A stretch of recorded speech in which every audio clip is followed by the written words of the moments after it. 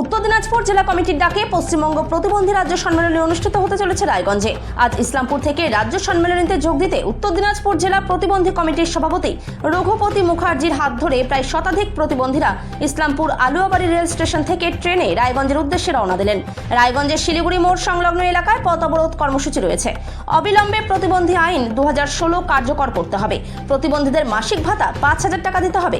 আবাস যোজনা সহ অন্যান্য সরকারি প্রকল্পে 5% সংরক্ষণ কার্যকর করার দাবি সহ অন্যান্য দাবিতে আজকের এই পথ অবরোধ কর্মসূচি বলে জানিয়েছেন। সেটা হলো আজকে আমরা শিলিগুড়ি মোড় রায়গঞ্জ আমাদের প্রতিবন্ধী সম্মেলনের ডাকে প্রতিবন্ধীদের বিভিন্ন সমস্যা নিয়ে আজকে আমরা ওখানে একটা কর্মসূচি নিয়েছি এবং সেখানে পথ অবরোধ এবং ডিএমকে আমাদের যে জেলার যে সর্বময় কর্তা ডিএম তাকে আমরা ডেপুটেশন দেব। মূলত 2016 প্রতিবন্ধী আইন এখনও পর্যন্ত কার্যকর করা গেল না।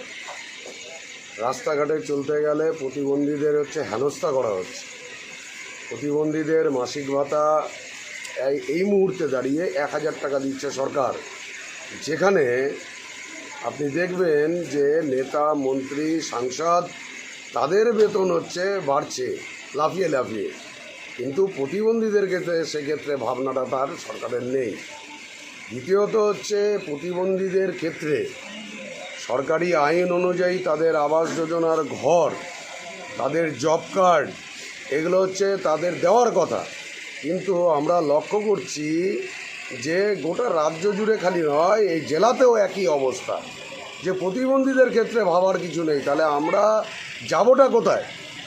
আমরা কাকে বলব?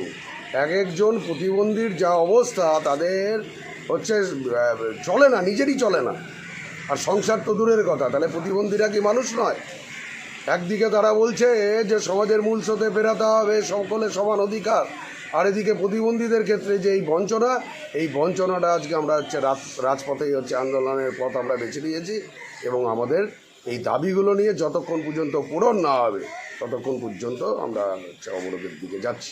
এই গোটা জেলা জুড়ে আপনি এই প্রান্তে আপনার সোনাপুর, ওদিকে ইটাহার, কালিয়াগঞ্জ, এই সমস্ত জায়গার থেকে আজকে একদম প্রতিবন্ধীরা ঝাঁকে ঝাঁকে আমরা ওখানে গিয়ে উপস্থিত হচ্ছি।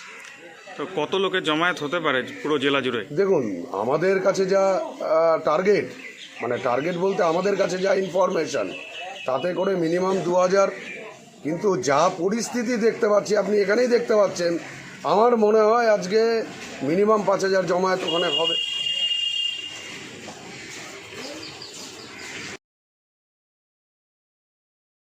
আশাবাদী আজ পর্যন্ত প্রতিবন্ধীরা কোনো ফ্যাসিলিটি পাচ্ছে না, আবাস যোজনা পাচ্ছে না, ইন্দিরাবাস ঘর পাচ্ছে না, প্রতিবন্ধীরা জব কার্ড হচ্ছে না, আদার্স সব কিছু হচ্ছে।